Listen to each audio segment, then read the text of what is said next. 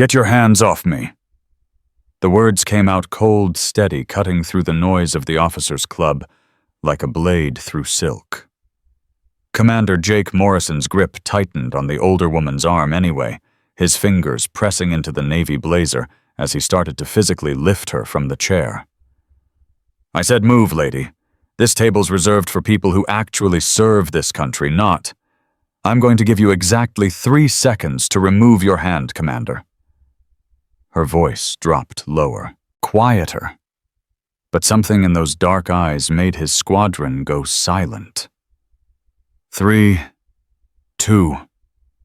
Before we continue, if you believe true strength doesn't need to announce itself, subscribe to our channel and stay until the end to see how this story unfolds.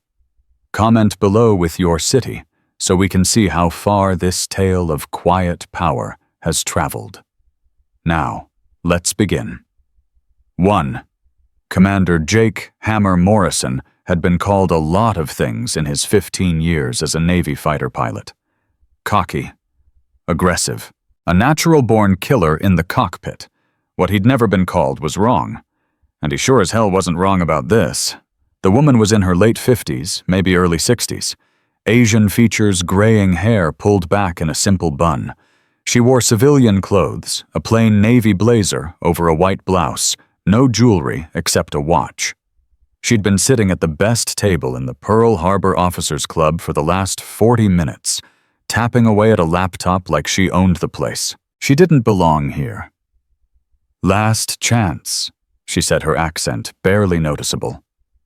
"Remove your hand." Behind Morrison, his wingman Lieutenant Danny "Shark" Reeves laughed. "Hammer, I think Grandma's threatening you." The comment drew chuckles from the rest of the squadron. 8 fighter pilots, fresh off a major air combat exercise where they'd dominated the competition. They'd earned this table. They'd earned this view of the harbor at sunset. They'd earned the right to celebrate without some lost tourist taking up prime real estate. Morrison leaned down, his face inches from hers. "Listen very carefully. I don't know if you wandered in here looking for the Hilton or if you're somebody's grandmother waiting for a ride, but this is a private club. Military personnel only. So I'm going to help you find the exit and—" She moved. Not dramatically, not violently. Just a subtle shift of her shoulder, a precise rotation of her wrist, and suddenly Morrison's grip was broken. His hand was empty. And she was looking up at him with the kind of expression a scientist might give a particularly interesting bacteria sample. "Sit down, Commander." The words weren't loud. They weren't aggressive.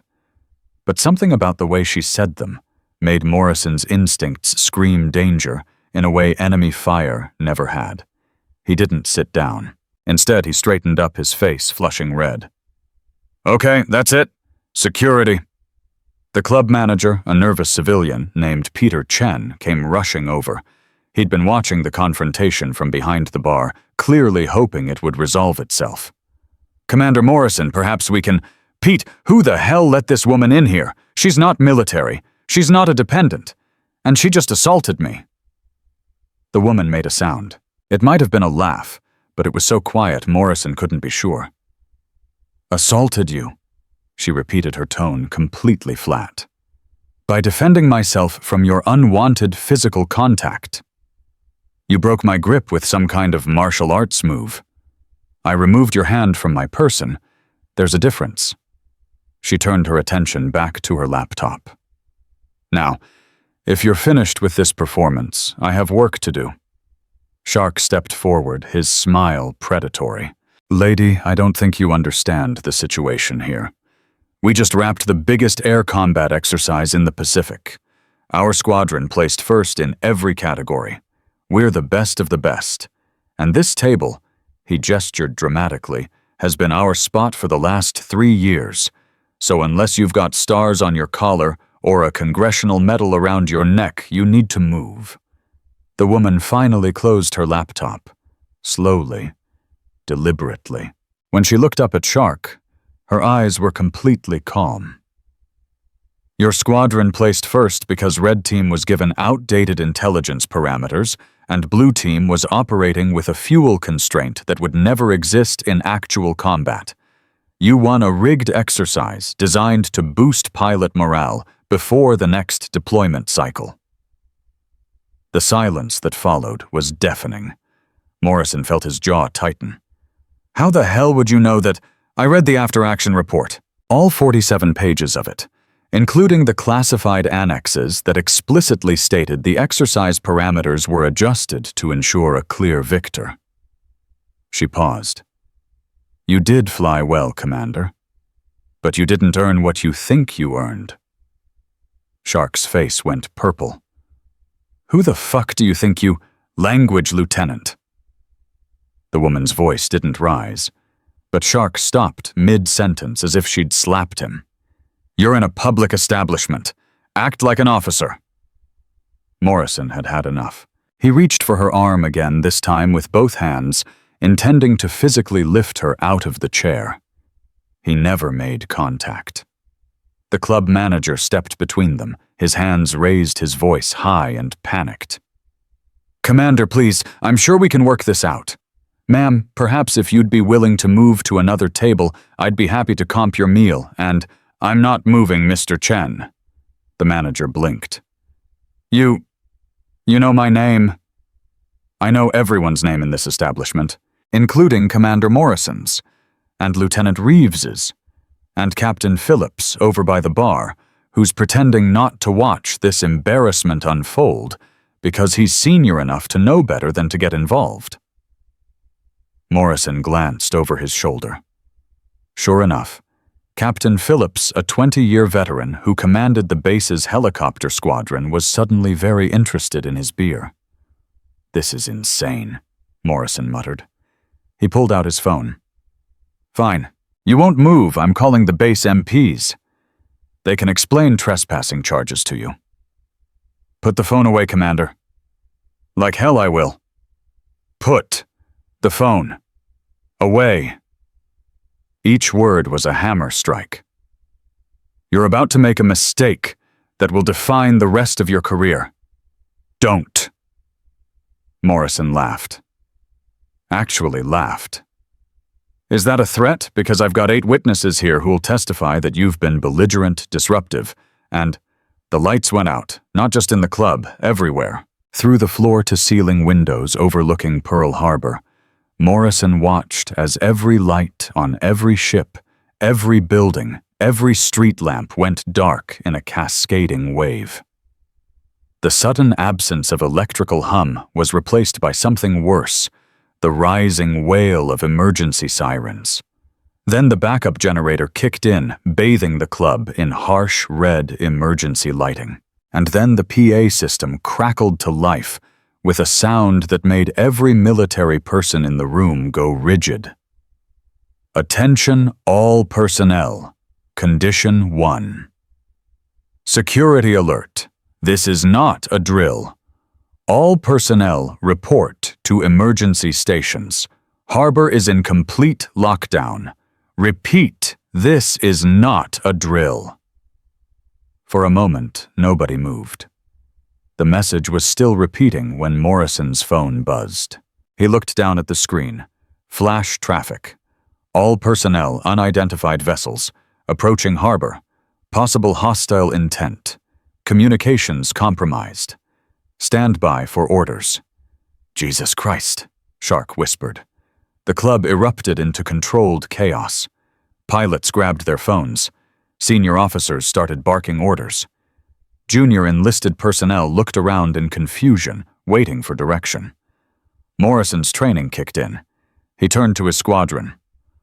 Everybody check in with your commands. Find out where we're supposed to— Nobody's going anywhere? The woman was standing now.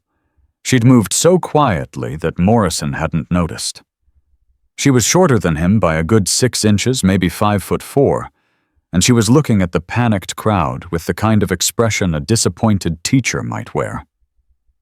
Ma'am, with all due respect, we're in a crisis situation. I need to take command before you people turn this into a complete disaster. She walked past him toward the center of the room, her voice rising just enough to cut through the noise. Everyone stop! Nobody stopped. I said, stop. This time the voice that came out of her was different. It was the voice of someone who'd commanded ship squadrons' fleets. It was the voice of absolute authority, and it crashed over the room like a physical wave. Everyone stopped. The woman looked around, her eyes scanning faces, assessing, categorizing. How many commissioned officers in this room? A pause. Then a junior lieutenant raised his hand. 12, ma'am, plus about 20 enlisted. Communication status. Cell networks are down. Landlines are down. Even the emergency channels are getting nothing but static. Harbor patrol. Can't reach them. The woman nodded like she'd expected this. She pulled a phone from her pocket. Not a regular cell phone. Something else, military grade with a thick case and a stubby antenna. She pressed a button and spoke clearly. This is Sentinel Actual. Authorization code Alpha Whiskey 79er Tango Golf 4. I need immediate confirmation of Condition 1 and current threat assessment. Static. More static. Then a voice, scratchy and distant. Sentinel Actual, this is Pearl Harbor Central. We copy. Stand by for authentication. The woman rattled off a series of numbers and letters that Morrison didn't recognize. Security codes, probably. High-level ones. The voice came back. Authentication confirmed. Ma'am, we have a situation. Multiple unidentified vessels approaching the harbor from the southwest. They're not responding to hails. We've scrambled patrol boats, but communications are severely degraded across the entire base. Looks like a coordinated jamming attack.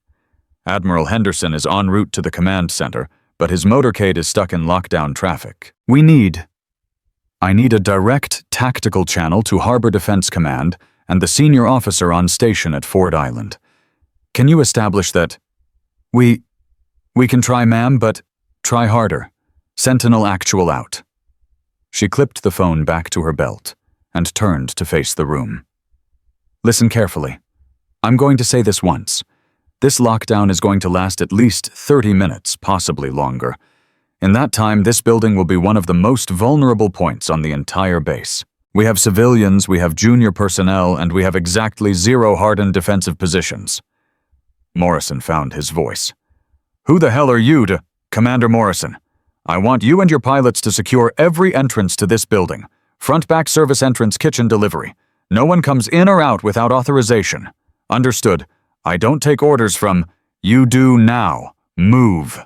Something in her eyes made Morrison's protest die in his throat. He looked around at his squadron, all of them staring at this woman with a mixture of confusion and something else. Something that looked like automatic respect. You heard her? Morrison heard himself say. Secure the perimeter. They moved. The woman turned to the junior officers. I need a head count. Every person in this building sorted by rank and specialty. I want to know who's got tactical training, who's got medical training, who's got technical skills. 5 minutes. A young ensign nodded and started pulling people together. Mr. Chen, the woman said, addressing the club manager. Your facility has a basement storage area, correct? Yes, ma'am. We keep supplies, extra chairs. It's also the most structurally sound part of the building. I want all non-essential personnel down there. Now. But, ma'am, I don't have authority to... You do now! Move them! Chen moved. Morrison, standing by the main entrance with Shark, watched this unfold with a growing sense of unreality. Dude, Shark whispered. Who the hell is she? I don't know. But she's military. Has to be. Nobody talks like that unless they've commanded. But she's in civilian clothes, and she's old. Yeah, I noticed. Outside through the windows, they could see the harbor in chaos. Ships were moving, their running lights cutting through the darkness. Helicopters passed overhead searchlights, sweeping the water. And in the distance, Morrison could see flames. Something was burning on Ford Island. His phone buzzed again. Another flash traffic message. Harbor Defense identifies 3 vessels. Small craft. High speed, attempting to run blockade, weapons free, authorized. They're going to start shooting, Morrison muttered. Behind him, the woman was now on her military phone again, speaking in rapid-fire technical language that Morrison only half understood. She was coordinating something, giving orders, receiving reports. She knew the names of ships, the call signs of units, the locations of assets. She knew everything. A young lieutenant commander approached her, his face pale. "Ma'am, I just got through to my command. They're saying this might be a terrorist attack. Multiple coordinated hits across the island. They're evacuating the commissary and the exchange. There's a report of an explosion near the fuel depot." The woman's expression didn't change. "Casualties? Unknown. But ma'am, they're asking who's in command at this location. The base commander is stuck in traffic, the duty officer is at the command center, and everyone's trying to figure out who has authority over civilian structures. I didn't know what to tell them. Tell them Sentinel Actual has assumed tactical command of this facility under Continuity of Operations protocols. Reference Naval Operations Directive 77 Alpha. They'll understand." The lieutenant commander blinked. "Ma'am, that directive, that's only invocable by— I know what it's invocable by, Commander. Send the message." He sent the message. Morrison left his post and walked back to the center of the room. He'd had enough of this. "Okay, enough. I don't know what game you think you're playing, but you can't just declare yourself in command. That's not how this works. Chain of command exists for a reason, and you—" The woman finally looked at him. Really looked at him. And for the first time since this nightmare started, Morrison saw something in her eyes that made his blood run cold. It wasn't anger. It wasn't fear. It was pity. "Commander," she said quietly, "I'm going to give you one more chance to stop embarrassing yourself. Take your post. Secure the entrance. And when this is over, you and I are going to have a very long conversation about the assumptions you've made tonight." "Assumptions, lady. The only assumption I'm making is that you're some kind of crazy person who—" The main doors burst open. A squad of Marines in full combat gear poured in their rifles, raised, scanning for threats. Behind them came an officer, a full captain by the insignia on his collar, followed by two more Marines in plain clothes but carrying sidearms. The captain swept the room with his eyes, saw the woman, and his entire posture changed. He straightened to attention and saluted with a precision that Morrison had only ever seen at formal ceremonies. "Admiral Tanaka, ma'am. Thank God you're here." The room went completely silent. Admiral. The word hung in the air like a bomb that hadn't yet exploded. Morrison felt his knees go weak. He looked at Shark, who had gone absolutely white. He looked at the woman, the Admiral, who was calmly returning the captain's salute. "At ease, Captain Rodriguez. Sit rep." "Ma'am, we have a coordinated attack in progress. 3 hostile vessels attempted to penetrate the harbor. 2 were disabled by patrol boats. The 3rd ran itself aground near Hospital Point, and the occupants scattered. We're conducting sweeps now. The explosions were diversionary. Somebody set off smoke grenades at 3 locations to create confusion. No casualties so far, but we've got a massive communications blackout across half the island. The jamming. We traced it to a van parked near the main gate. Technical team is disabling it now. Should have full comms back in 10 minutes. Admiral Henderson? On site at the command center now, ma'am. He's coordinating the harbor response. He asked me to locate you and ensure your safety. When we pinged your emergency transponder and it showed you were at the O Club, he was relieved." The captain finally seemed to notice the rest of the room. His eyes swept across the secured entrances, the organized groups of personnel, the calm, if shocked, crowd. "Ma'am, I did what needed to be done, Captain. This building is secure, and all personnel are accounted for. You can report back to Admiral Henderson that Sentinel Actual has the situation under control." "Yes, ma'am." The captain saluted again, then gestured to his Marines. They lowered their weapons and took up positions by the exits. As the captain moved toward the door to coordinate with his teams outside, Morrison heard him mutter to one of his sergeants, "Admiral Tanaka takes her evening tea at the O Club and ends up running security ops. Henderson's gonna die laughing." The captain left. The Marines stayed. And every person in that room was now staring at the woman who 20 minutes ago Morrison had tried to physically remove from her seat. Admiral Tanaka picked up her laptop, tucked it under her arm, and walked back to her table. She sat down. She opened the computer, and she went back to work as if nothing had happened. But Morrison knew better. Something had happened. Something catastrophic and career-ending and absolutely irreversible. He'd put his hands on a flag officer. He'd insulted her. He'd mocked her. He'd tried to throw her out of a club like she was some random tourist. And she was the commander of the United States Pacific Fleet. Shark appeared at his elbow, his voice barely a whisper. "Hammer, we're dead. We're so fucking dead." Morrison couldn't speak. He could only watch as the Admiral calmly typed something on her laptop, picked up her water glass and took a sip. Behind him, someone was crying. Morrison turned and saw one of the junior enlisted sailors, a kid barely out of boot camp with tears streaming down his face. "I thought she was somebody's mom," the kid whispered. "I almost laughed when you grabbed her. I almost laughed at an admiral." Morrison wanted to say something, wanted to apologize, wanted to explain, but his throat had closed up and his hands were shaking, and all he could think about was the way she'd looked at him with those cold, analytical eyes and said, "You're about to make a mistake that will define the rest of your career." She'd tried to warn him, and he'd been too arrogant, too sure of himself, too convinced of his own superiority to listen. The emergency lights flickered, then steadied. Through the windows, Morrison could see the regular base lighting starting to come back online. The crisis was passing. But for Commander Jake Morrison, the nightmare was just beginning. His phone buzzed one more time. A message from his commanding officer, "Report to my office, 0600 tomorrow. Bring your dress uniform and a very good explanation." Morrison closed his eyes.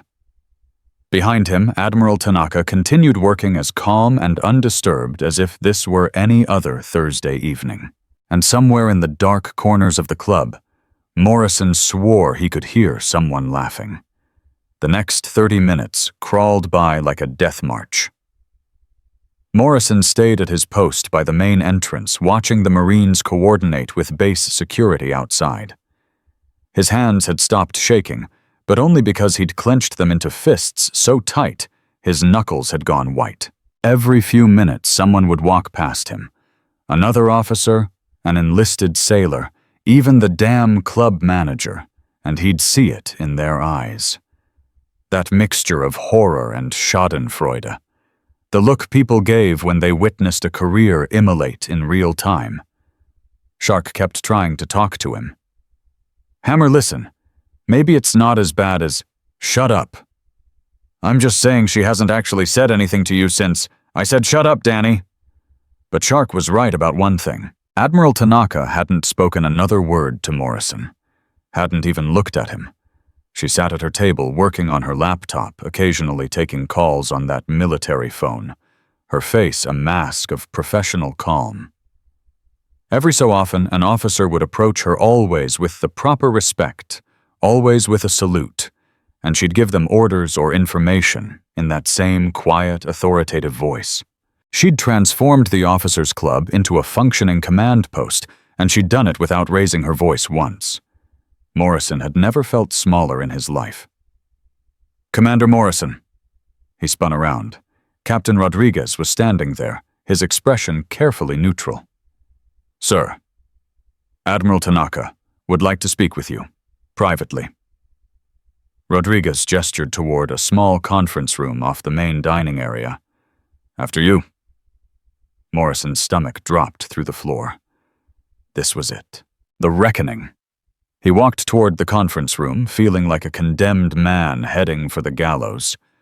Through the windows, he could see the harbor returning to normal. Lights back on. Ships resuming their positions. The crisis was over. His personal crisis was just beginning. Admiral Tanaka was already in the conference room, standing by the window with her back to him. She didn't turn around when he entered. Rodriguez came in behind him and closed the door, then took up a position by the wall. A witness. Of course there'd be a witness. "Do you know what Protocol Sierra Whiskey is, Commander?" Her voice was conversational, almost gentle. Somehow that made it worse. "No, ma'am. It's a continuity of command directive created after 9/11. It allows any flag officer to assume tactical control of military and civilian assets in their vicinity during a catastrophic failure of the normal chain of command." She turned to face him. "It exists because there are moments when command structure collapses, and someone needs to step in immediately. Someone with the experience and authority to make life-or-death decisions without waiting for permission." Morrison said nothing. What could he possibly say? The protocol has been invoked exactly 4 times in the last 23 years. Twice during natural disasters. Once during a terrorist attack on a convoy in Afghanistan. And tonight, by me. Because your base commander was stuck in traffic, your duty officer was overwhelmed, and the senior officer on site, that would be Captain Phillips over at the bar, decided the smart play was to keep his head down and pretend he hadn't seen anything. She walked closer. Morrison forced himself not to step back. "Do you know why Captain Phillips made that choice, Commander?" "No, ma'am." "Because he's smart enough to recognize competence when he sees it, even when it's sitting quietly at a table bothering no one." Her eyes never left his face. "Tell me what you saw when you first looked at me tonight." Morrison's throat was dry. "Ma'am, Tell me." "I saw a civilian, an older woman, Asian. I assumed you were, I don't know, a contractor maybe, or someone's guest who'd gotten lost." "What you saw was a woman who didn't look like she belonged. And rather than question your assumption, rather than exercise even the smallest amount of caution or curiosity, you decided to remove me. Physically." She paused. "Do you have any idea how many times I've been in that exact situation? How many times someone has looked at me and seen only what they expected to see?" Morrison wanted to apologize, wanted to grovel, but something in her eyes told him she didn't want his apologies. Not yet. "I'm going to tell you something, Commander, and I want you to really hear it. Your mistake tonight wasn't putting your hands on me. That was just the symptom.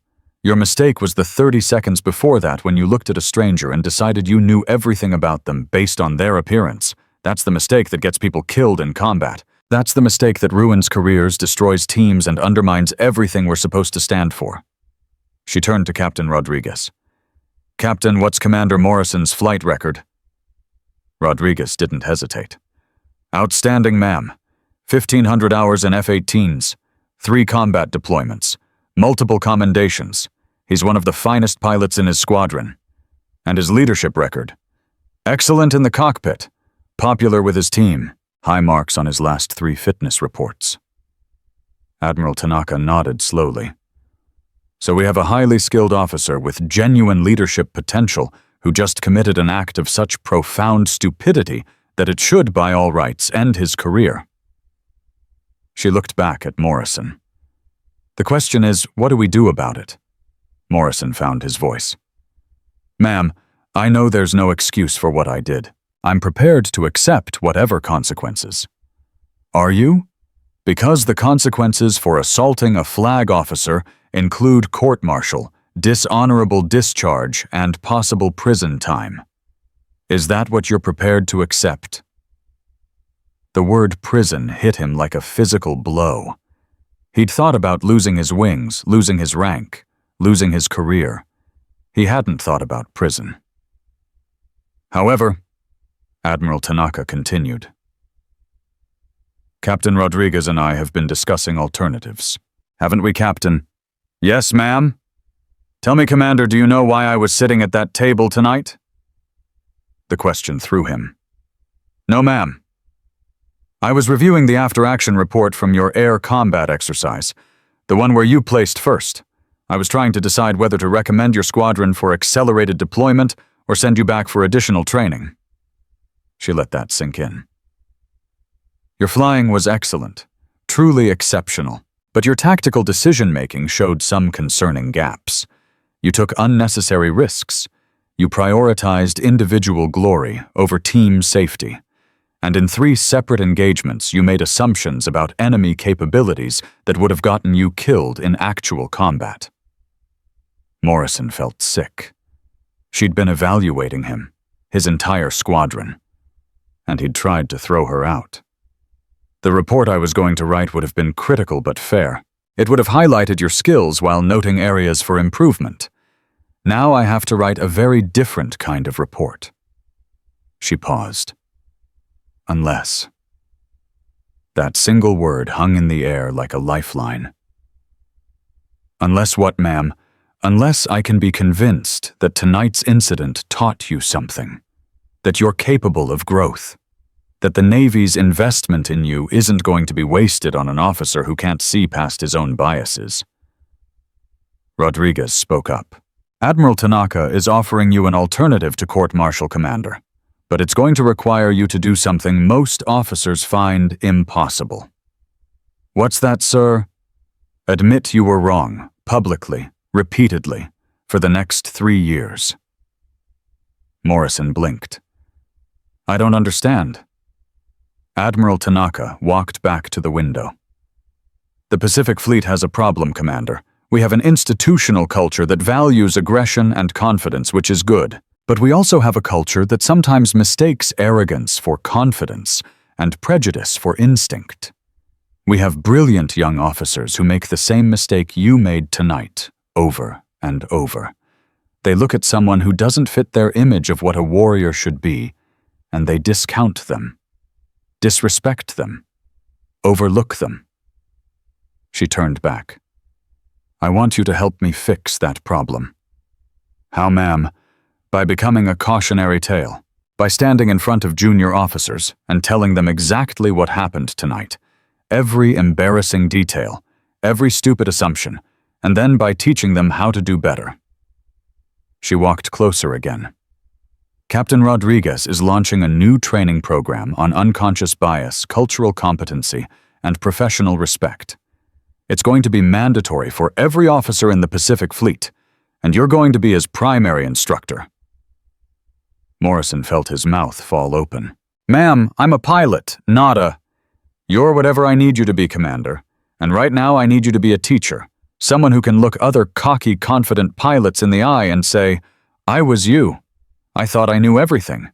And I was catastrophically wrong. Her eyes locked onto his. The question is, are you capable of that level of humility? The room was silent, except for the distant sound of helicopters outside. Morrison thought about his career, his reputation, the respect of his squadron, everything he'd worked for over 15 years. Admiral Tanaka was offering him a way to keep it, but the price was his pride. Yes, ma'am, he heard himself say. I can do that. Can you? Because it's not going to be easy. You'll tell this story hundreds of times, to rooms full of officers who'll look at you and see a cautionary tale. Some will respect you for your honesty. Others will mock you behind your back. Your call sign might change. Your reputation will definitely change. You'll go from being Hammer Morrison hotshot fighter pilot to the guy who grabbed an admiral. That story will follow you for the rest of your career. Morrison swallowed hard. I understand, ma'am. I don't think you do. Not yet, but you will. She nodded to Rodriguez. Captain, what's the timeline on the new training program? First class starts in 6 weeks, ma'am. We're pulling together a curriculum now. And Commander Morrison will help you design it. He'll draw on his own experience, both his mistakes and his technical skills. He'll remain with his squadron for now, but he'll dedicate 20 hours a week to this program. And his fitness reports will reflect his performance as an instructor, not just as a pilot. Rodriguez nodded. Understood, ma'am. Admiral Tanaka looked at Morrison one more time. You have a chance here, Commander. A chance to turn the worst moment of your career into something meaningful. Don't waste it. Dismissed. Morrison saluted properly this time, with every ounce of respect he should have shown from the beginning. Thank you, ma'am. He turned to leave, but her voice stopped him. Commander, one more thing. Ma'am? The next time you see someone who doesn't look like they belong, I want you to ask yourself a question. What if I'm wrong? What if this person knows something I don't? What if they've earned the right to be here in ways I can't see? She paused. That question might save your life someday. It definitely would have saved you tonight. Morrison left the conference room feeling like he'd survived a plane crash. His legs were weak, his head was spinning, but he was still standing, still in uniform, still had a chance. Shark was waiting in the hallway. Well, I'm not going to prison. Thank God. What happened? Morrison looked at his friend, really looked at him. Shark had been right there laughing along, making jokes about Grandma. They'd all been complicit, but Morrison was the one who'd put his hands on her. He was the one who'd crossed the line. I'm going to fix this, Morrison said quietly. I don't know how yet, but I'm going to fix it. Back in the main room, the club was returning to normal. The Marines had left. The emergency lights were off. People were starting to relax, talking in small groups about the night's events. Admiral Tanaka had returned to her table, but now there was something different. A respectful distance. Officers would glance her way, but nobody approached unless invited. She'd become what she'd always been, untouchable authority. Captain Phillips finally worked up the courage to walk over. Morrison watched as the captain introduced himself properly, apologized for not intervening earlier, and offered to buy her a drink. Admiral Tanaka declined politely, but thanked him for his service. Phillips left looking both relieved and humbled. Morrison's phone buzzed. Another message from his CO update meeting postponed, pending fleet review. Admiral Tanaka submitted preliminary report. Stay available. So she'd already filed something. Morrison wondered what it said, wondered if he'd just made the biggest mistake of his life by trusting her offer. Hey, Hammer. Morrison turned. It was Lieutenant Chen, the young officer, who'd been trying to manage the crowd during the crisis. Admiral Tanaka wants to see you again, at her table. Morrison's stomach clenched. Now. He walked across the room, feeling every eye on him. When he reached her table, he stood at attention and waited. Admiral Tanaka didn't look up from her laptop. Sit, Commander. He sat. She closed the computer and folded her hands on the table. I lied to you in there. Morrison's heart stopped. Ma'am, not about the training program, that's real, but I lied about my decision. I already knew what I was going to do before I called you into that room. The conversation wasn't to help me decide, it was to see if you were worth saving. And am I? That depends on the next 3 years of your life. She pushed a folder across the table. This is a copy of the report I filed with Admiral Henderson. Read it. Tonight. Because starting tomorrow, you and I are going to be working together very closely, and I need you to understand exactly what you signed up for. Morrison took the folder with shaking hands. Ma'am, can I ask you something? You can ask. Why are you giving me this chance after what I did? You could destroy my career. You'd be justified. So why? Admiral Tanaka was quiet for a long moment. Then she said something that would stay with Morrison for the rest of his life. Because 28 years ago, I was a young lieutenant commander assigned to a carrier strike group. I was the only woman in my air wing. And one night at a bar in San Diego, a senior officer told me I didn't belong there, that I should move, that women had no place in naval aviation. She paused. I was angry. I was humiliated. And I was alone. Nobody defended me. Nobody spoke up. The entire bar watched in silence as he publicly degraded me. Morrison felt something cold settle in his chest. That officer's name was Captain Richard Brennan. He's retired now, lives in Florida, and he never paid any price for what he did to me that night. Never apologized, never even acknowledged it. He got to finish his career with full honors while I spent years proving I belonged in a place I'd already earned the right to be. She looked Morrison directly in the eye. I'm not going to be Captain Brennan, Commander. I'm not going to let your mistake define you the way mine defined me. But in exchange, you're going to make sure the next generation doesn't have to go through what either of us went through. You're going to teach them that respect isn't about who looks the part. It's about who's earned it. Deal? Morrison couldn't speak. He just nodded. Good. Now get out of here. You've got a long day tomorrow. Morrison stood saluted and walked away. He made it halfway to the door before he realized his entire squadron was watching him. They'd seen the whole thing. The conversation. The folder. The way Admiral Tanaka had treated him not with contempt, but with something that looked almost like respect. Shark met him at the exit. What did she say? Morrison looked down at the folder in his hands. She gave me a second chance, and I'm not going to waste it. They walked out into the warm Hawaiian night. The base was back to normal. Ships in their berths. Personnel returning to quarters. The crisis was over, and life would go on. But for Morrison, nothing would ever be the same. He opened the folder under a streetlight and began to read Admiral Tanaka's report. The first line made him stop breathing. Commander Morrison displayed poor judgment and unacceptable conduct during initial contact.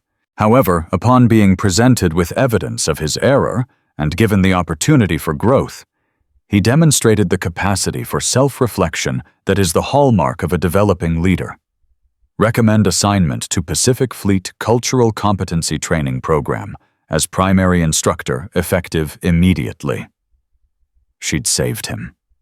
But she'd also made him responsible for saving others.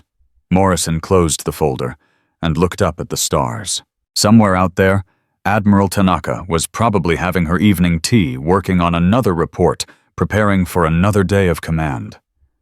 She'd been insulted, grabbed, disrespected, and publicly challenged. And she'd responded with grace, wisdom, and a plan to make the entire fleet better. I want to be like her, Morrison said quietly. Shark laughed. Hammer, you just spent the last 2 hours learning you're nothing like her. Exactly. That's why I need to change. They walked back to their quarters in silence. Behind them, the officers' club slowly emptied. The table by the window, Admiral Tanaka's table, sat empty once again. But Morrison knew that tomorrow word would spread. The story would begin. And that table would become something more than just a good view of the harbor. It would become a reminder. A warning. And maybe if Morrison did his job right, it would become a symbol of the kind of fleet they could all become. One where competence was recognized regardless of who possessed it. Where respect was given based on merit, not appearance. Where leaders led by example even when no one was watching. Especially when no one was watching. Morrison didn't sleep that night. He sat in his quarters reading Admiral Tanaka's report over and over each pass, revealing new layers of carefully chosen words. She hadn't just documented the incident. She'd dissected it like a surgeon identifying not just what he'd done wrong, but why. The psychology of assumption, the danger of unconscious bias, the way competence could be invisible to those trained to see only certain markers of authority. At 05:30, his phone rang. Captain Rodriguez. Morrison, we're moving up the timeline. Admiral Tanaka wants the first training session conducted this week. Friday. You'll have 40 officers in attendance, including your entire squadron. Morrison sat up. Sir, that's 4 days from now. I haven't even started preparing. You've had your entire career to prepare, Commander. You just didn't know it. Be at the training center at Aero 800. We need to build this curriculum fast. Rodriguez paused. And Morrison, don't make me regret recommending you for this. The line went dead. Morrison stood in his small bathroom, staring at his reflection. The same face that had looked back at him yesterday, but somehow different now. Smaller. Humbled. He thought about calling his father a retired Marine colonel who'd taught him everything about military bearing and nothing about military wisdom. He decided against it. This lesson was his to learn alone. At 07:45, he walked into the Fleet Training Center, expecting to find Captain Rodriguez and maybe a curriculum specialist. Instead, he found Admiral Tanaka sitting at the head of a conference table with 6 other officers, all of them senior to Morrison by at least 2 ranks. "You're early," she said without looking up from the papers spread before her. "Good, sit." Morrison sat. The other officers studied him with expressions ranging from curiosity to barely concealed contempt. He recognized 2 of them, Commander Sarah Vickers, a helicopter pilot who'd been the first woman to lead a combat search and rescue mission in hostile territory, and Lieutenant Commander Marcus Chen, a submarine officer known for his tactical brilliance and his complete intolerance for incompetence. "Commander Morrison," Admiral Tanaka began. "These officers have volunteered to help design the Pacific Fleet Cultural Competency Training Program. Each of them has experienced some form of discrimination or bias during their careers. Each of them has also proven themselves beyond any doubt. They're here because I asked them to be. You're here because you have something they don't." "What's that, ma'am? Recent failure." She slid a photograph across the table. It was a security camera still from the officers' club, showing Morrison with his hand on her shoulder, his face twisted in arrogance. "This image is going to be the centerpiece of our first training module. Every officer who goes through this program will see it. They'll see you at your worst. And then you're going to explain to them exactly what was going through your mind at that moment." Morrison felt his face burn. Commander Vickers leaned forward. "Can you do that, Commander? Can you stand in front of your peers and admit you were the villain in this story?" "I can," Morrison said, forcing the words out. "I have to." Chen spoke up, his voice sharp. "Why give me one good reason why we should trust you to teach this course? You're the problem, not the solution." "Because," Morrison said slowly, "I'm the officer those junior pilots will relate to. I'm the one who thought I was doing everything right. I had the flight hours, the commendations, the respect of my team. And I still screwed up in the most fundamental way possible. If I tell them they could make the same mistake, they'll believe me. If you tell them, they'll think it could never happen to them." Chen sat back, his expression unchanged, but something shifting in his eyes. "Fair point?" Admiral Tanaka tapped the table. "We have 4 days to build a 4-hour training program. It needs to be engaging, legally defensible, and effective enough that officers will actually change their behavior. Commander Vickers, you'll handle the policy and legal framework. Commander Chen, you'll develop the tactical scenarios. Commander Morrison, you'll create the personal testimony component." She paused. "And you'll go first. You'll be the opening speaker for every single session. No exceptions." Morrison nodded. "Yes, ma'am." "One more thing." Admiral Tanaka's eyes were cold. "If at any point during this process I believe you're not fully committed, if I see even a hint that you're treating this as punishment instead of purpose, I will personally ensure the original charges are filed. Are we clear?" "Crystal, ma'am." The next 4 days were brutal. Morrison spent 18 hours a day writing, rewriting, and practicing his testimony. Commander Vickers was merciless in her feedback, cutting through his attempts to soften the story or make himself look better. Chen kept pushing him to go deeper, to expose the actual thought process, not just the actions. "You're still protecting yourself," Chen said on Wednesday afternoon. "You're saying you made assumptions, but you're not saying what those assumptions were. You looked at Admiral Tanaka and thought, what exactly? Morrison closed his eyes. I thought she was too old, too female, too Asian. I thought there was no way someone who looked like her could be someone important. Say that. Exactly that. Don't hide behind euphemisms about assumptions. Own the ugly truth.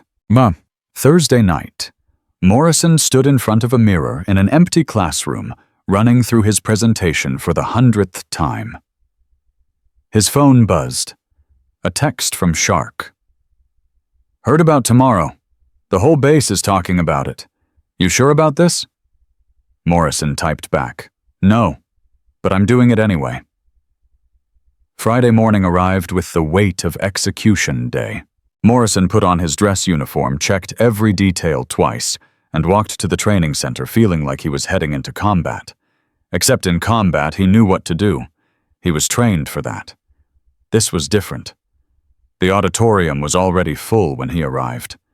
40 officers, just like Rodriguez had said. But they weren't strangers.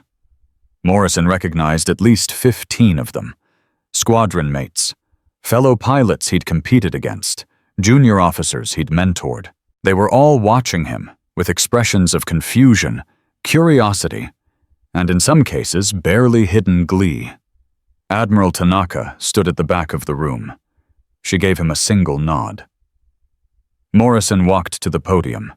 The room went silent. My name is Commander Jake Morrison. He began, his voice steady, despite the earthquake in his chest.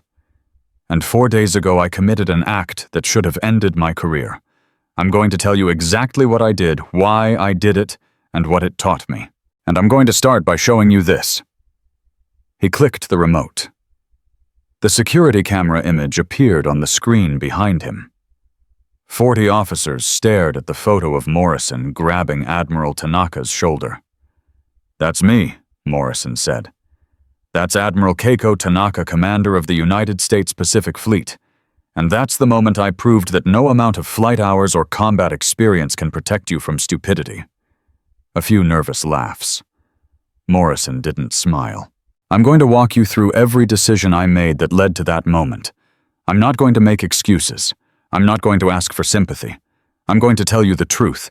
And the truth is that I looked at one of the most decorated officers in the Navy and saw only an old Asian woman who didn't belong. The room was absolutely silent now. Morrison told them everything. The assumptions, the arrogance, the way he'd physically touched her without permission, the way he'd escalated when she refused to comply. He told them about the lockdown, the moment of revelation, the crushing weight of understanding what he'd done. He didn't spare himself any detail. When he finished, 45 minutes had passed. His uniform was soaked with sweat. His hands were shaking. But he'd done it. He'd told the truth. Questions, he managed to say. A hand went up in the back. Lieutenant Davis, a young pilot from a rival squadron. Commander, with all due respect, how did you not recognize Admiral Tanaka?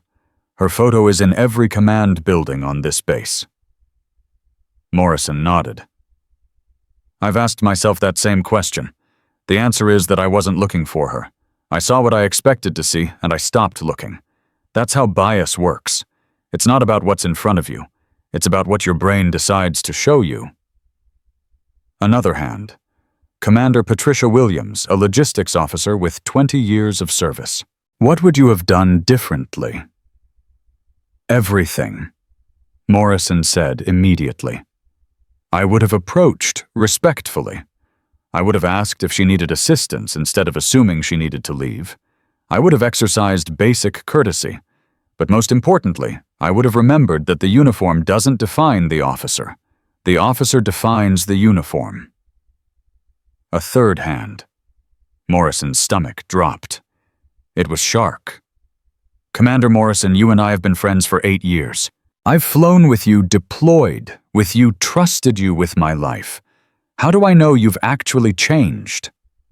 How do I know this isn't just you saying what you need to say to save your career? The room held its breath.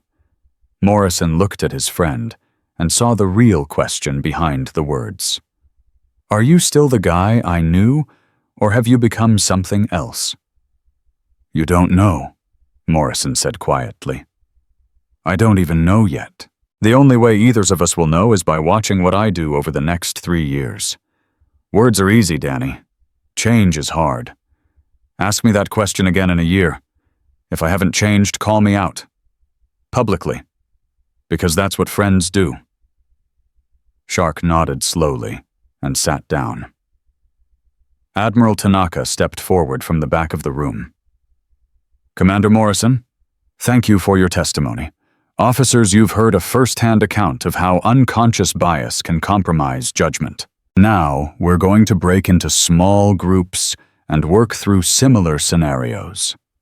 Commander Morrison will be rotating through each group to answer questions and provide insight. The next 3 hours were exhausting. Morrison moved from group to group, facing question after question, challenge after challenge. Some officers were genuinely curious, wanting to learn. Others were hostile, treating him like a cautionary tale to be mocked. A few seemed to miss the point entirely, focusing on the fact that Admiral Tanaka had been out of uniform instead of on Morrison's failure to show respect. But there were moments that gave him hope. A young ensign pulled him aside during a break. Sir, I once assumed a maintenance chief was just a mechanic because she was a woman. I gave her orders instead of asking her professional opinion. She didn't correct me. She just did what I asked and let me fail. When the repair didn't work, and I went back to her, she told me she'd known the problem all along, but figured I needed to learn. I never apologized to her. You should, Morrison said. It's not too late. Yes, sir, I will. Late in the afternoon, Commander Vickers approached Morrison during another break. You did well today. Better than I expected. Thank you, ma'am. Don't thank me yet. This was the easy part. These officers know they're being watched. They're on their best behavior. Wait until you have to do this training for a room full of enlisted personnel who think officers are all full of shit anyway. Or a group of senior chiefs who've been in the Navy longer than you've been alive. That's when you'll really prove yourself. Morrison felt his stomach sink. How many of these sessions are we doing? As many as it takes. Admiral Tanaka wants every officer in the Pacific Fleet to go through this training within 2 years. That's over 40,000 people. You're going to be telling this story for a long time, Commander. The weight of that number pressed down on him. 40,000 people. 40,000 times he'd have to relive his worst moment. 40,000 opportunities to fail again. I can do it, he said, trying to convince himself as much as her. Vickers studied him for a long moment. You know what the hardest part will be, not the repetition, not the embarrassment. It'll be the moment when you realize some people are never going to forgive you. Some people are going to see that photo and decide you're racist, sexist, everythingist, and nothing you say will change their minds. Can you live with that? Morrison thought about Captain Brennan, the officer who'd humiliated Admiral Tanaka 28 years ago and never paid a price. He thought about the difference between being punished and being educated. He thought about the choice Admiral Tanaka had given him to become a cautionary tale, or a cautionary tale with purpose. I have to, he said finally, because the alternative is worse. The training session ended at 1700. Officers filed out, some stopping to shake Morrison's hand, others avoiding eye contact entirely. Shark waited until everyone else had left, then walked up to the podium where Morrison was gathering his notes. That was the hardest thing I've ever watched, Shark said. Imagine how it felt to do it. I don't have to imagine. I was there that night, remember? I laughed. I made jokes. I was part of it. Shark looked down at his hands. Why didn't Admiral Tanaka come after me too? Morrison had wondered the same thing. Because I was the one who touched her. I was the one who escalated. You were guilty of going along, but I was guilty of leading. There's a difference. Doesn't feel like much of a difference. Then do something about it. Come to the next training session. Tell your part of the story. Show other officers that enablement is just as bad as action. Shark was quiet for a long moment.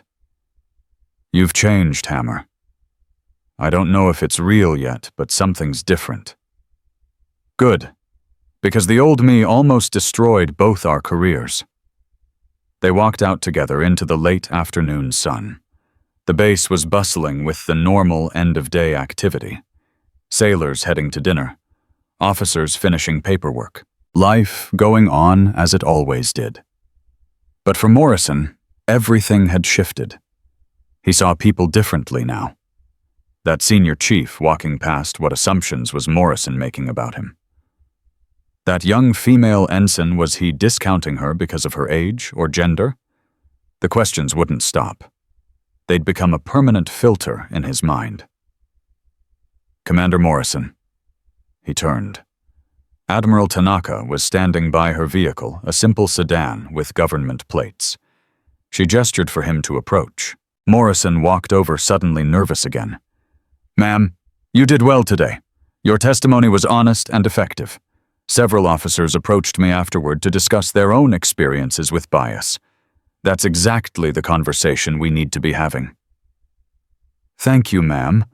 But I have to ask, was any of that actually helpful? Or did I just humiliate myself for nothing?" Admiral Tanaka smiled slightly. It was the first time Morrison had seen her smile. "Let me tell you what happened after Captain Brennan humiliated me in that bar 28 years ago. I went back to my quarters and cried. Then I got angry. Then I made a decision I was going to be so good at my job that no one could ever question whether I belonged. I spent the next 2 decades proving myself over and over, achieving more than I needed to, working harder than I had to, all because one officer made me feel like I didn't belong." She paused. "That's not how it should work, Commander. Officers shouldn't have to be extraordinary just to be treated with basic respect. They should be respected by default until they prove they don't deserve it. That's the culture we're trying to build. And yes, your humiliation today was a part of that. Because when officers see that even a decorated pilot can make this mistake, they'll be more careful. They'll question their assumptions. They'll think twice before acting on bias." Morrison felt something loosen in his chest. Purpose.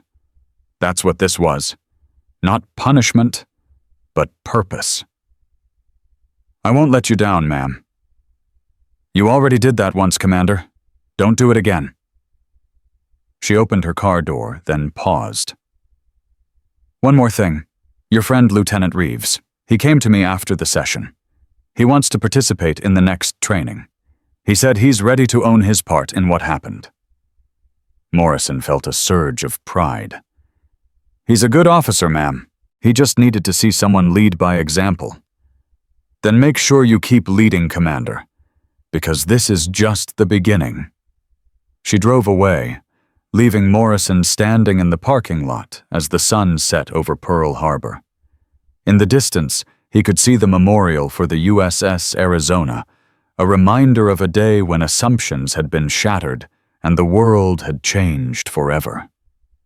Different circumstances, different scale, but the same essential lesson. Never assume you know everything. Never stop questioning. Never let arrogance blind you to reality. Morrison pulled out his phone and sent a text to his father for the first time in 6 months. "Dad, I need to tell you about something I did and something I learned." The response came back within seconds. "I'm listening, son." Morrison smiled. Maybe his father would understand. Maybe he wouldn't. But either way, Morrison had a story to tell now. A story that might help someone else avoid his mistakes. A story that might change a culture one officer at a time. He looked back at the training center, already dreading and anticipating the next session. 40,000 officers to go. 40,000 chances to make a difference.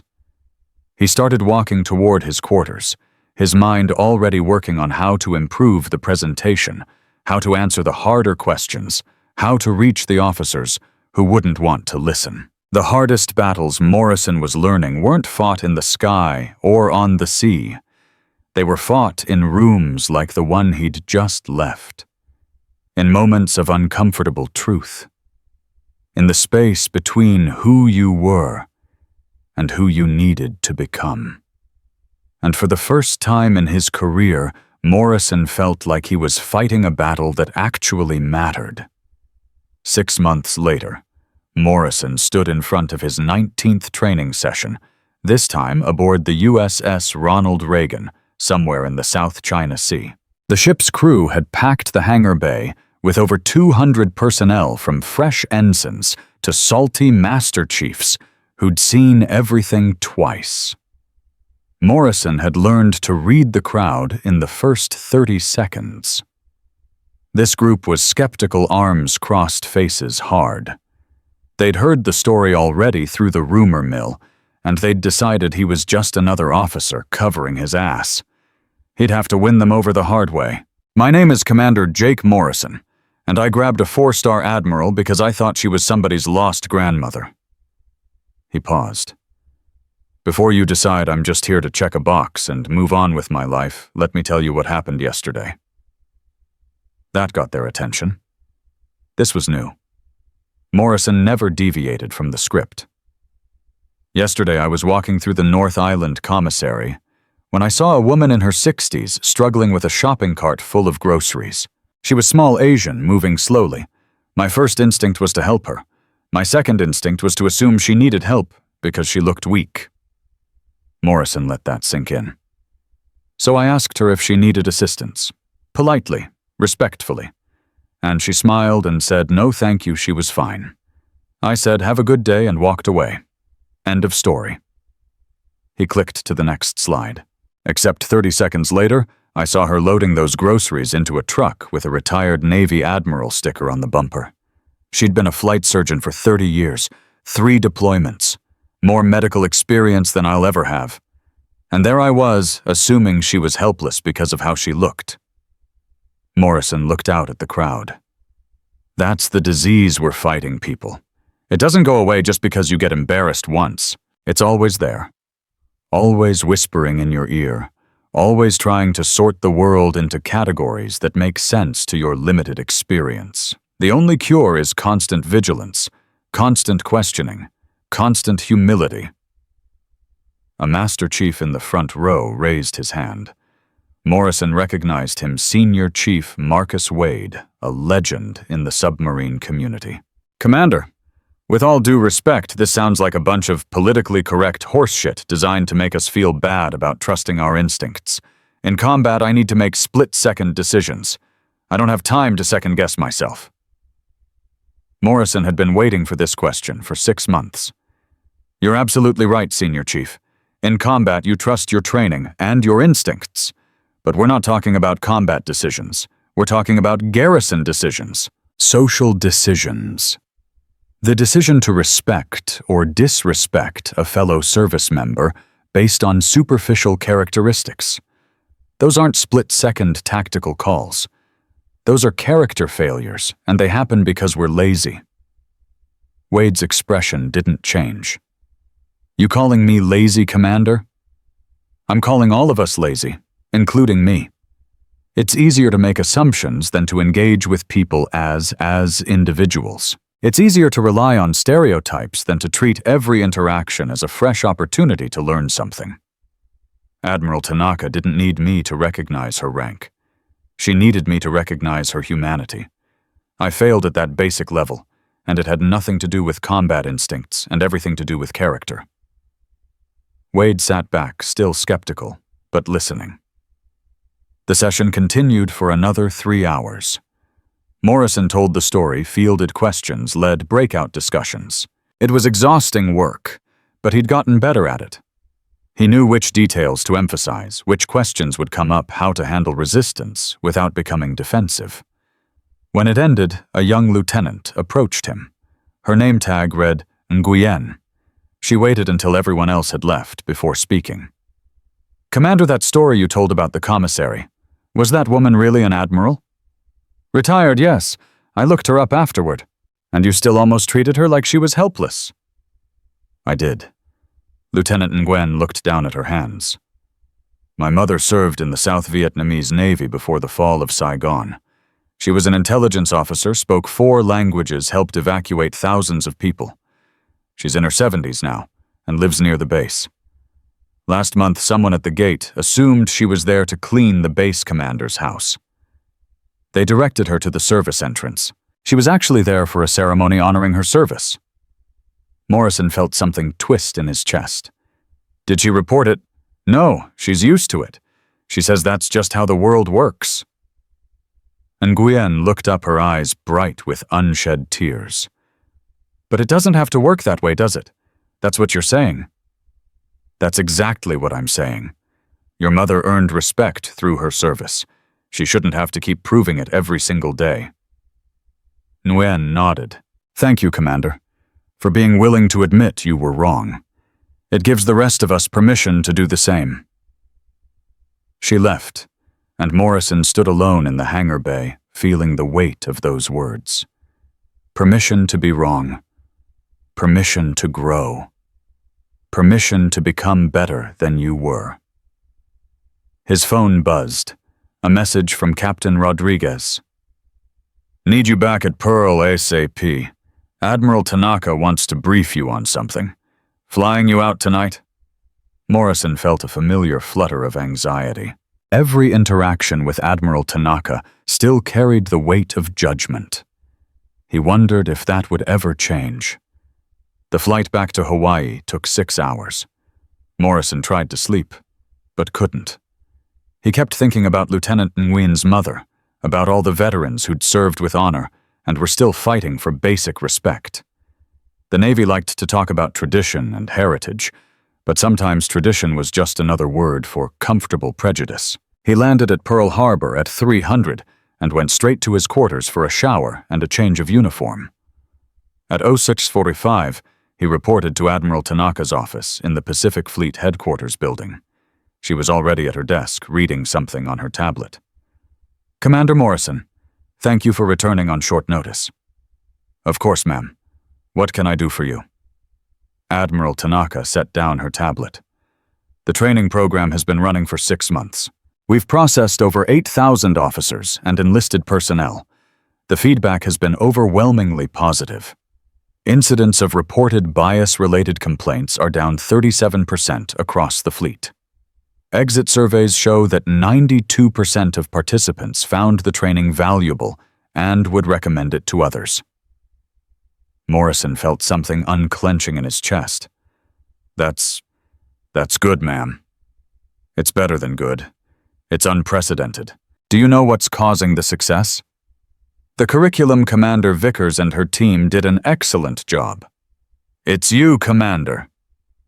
Admiral Tanaka stood and walked to the window overlooking the harbor.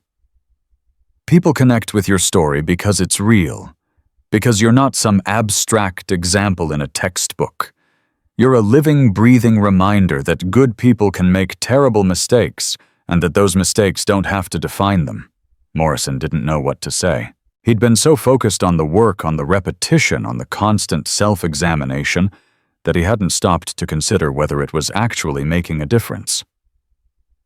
The reason I called you back, Admiral Tanaka continued, is that I want to expand the program. We've been approached by the other service branches, the Army, the Marines, the Air Force, even the Coast Guard. They all want their own version of this training, and they all want you to help develop it. Morrison felt his jaw drop. Ma'am, I'm a Navy pilot. I don't know anything about Army culture or Marine traditions. You know about human nature. You know about bias.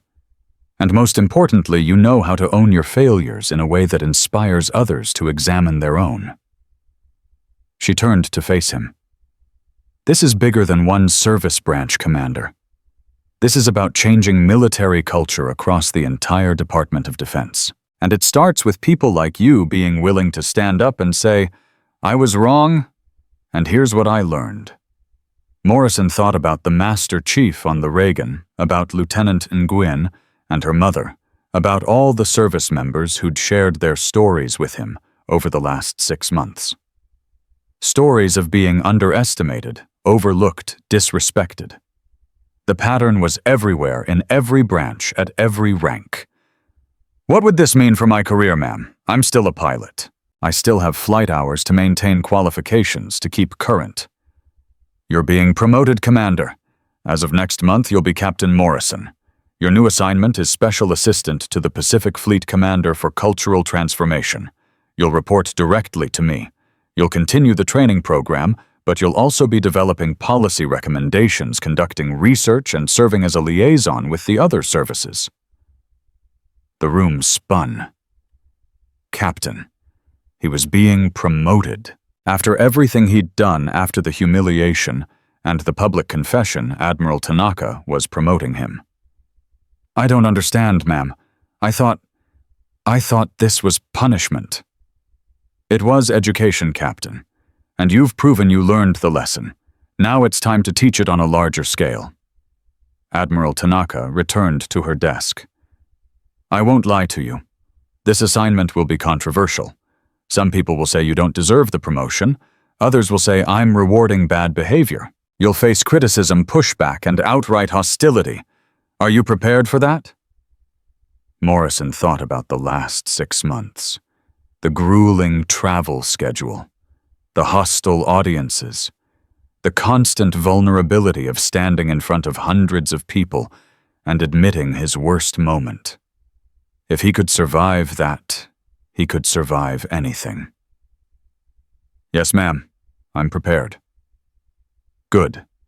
Because we're going to change the world, Captain Morrison. One uncomfortable conversation at a time. The promotion ceremony was held 2 weeks later. Morrison's father flew in from Virginia, his mother from Arizona. Shark was there now, serving as Morrison's co-instructor for the training program. Commander Vickers pinned on his new rank insignia, while Admiral Tanaka read the citation. For exceptional service in developing and implementing the Pacific Fleet Cultural Competency Training Program, for demonstrating extraordinary moral courage in confronting personal failure, and for serving as an example of how officers can grow beyond their mistakes to become leaders of character and conscience. The applause was genuine, but muted. Morrison could feel the tension in the room. Half the officers present were celebrating. The other half were quietly seething, convinced he'd played the system and gotten rewarded for screwing up. At the reception afterward, Morrison's father pulled him aside.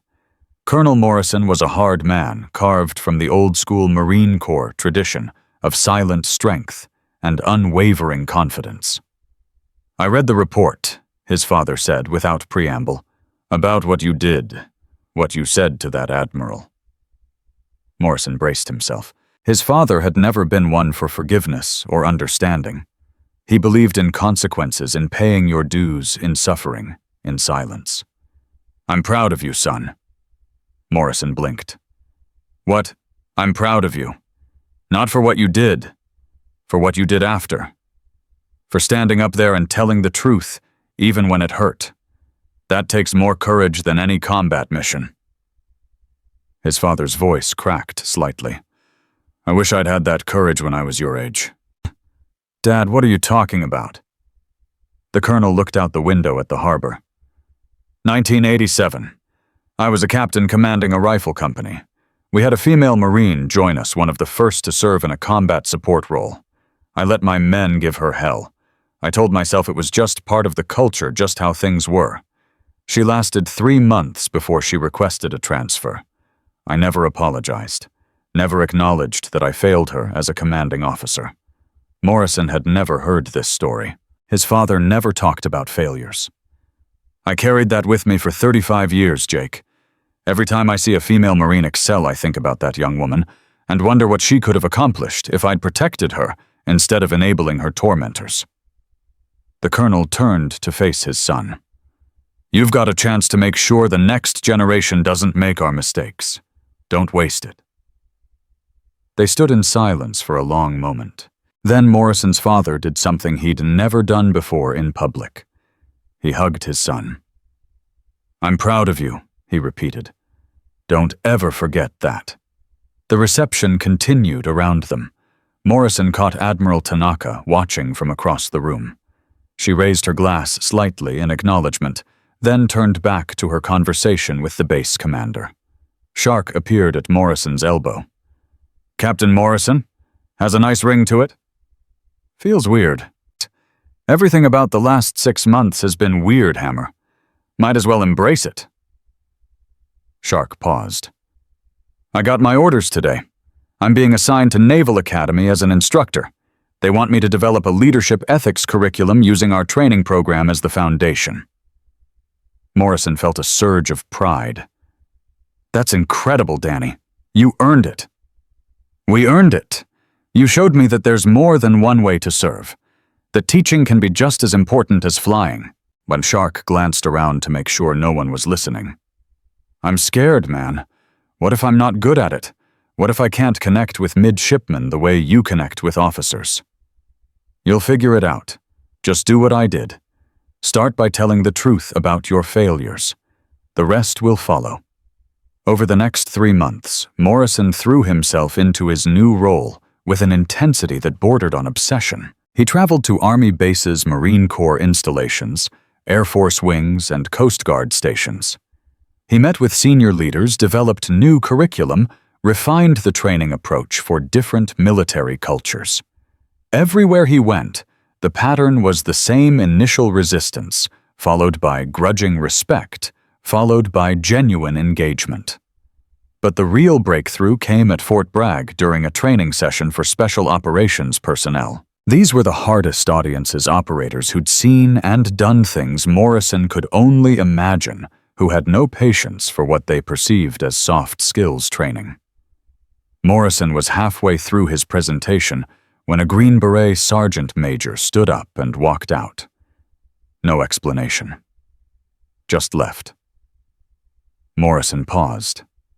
The room went silent. Everyone was watching to see how he'd react.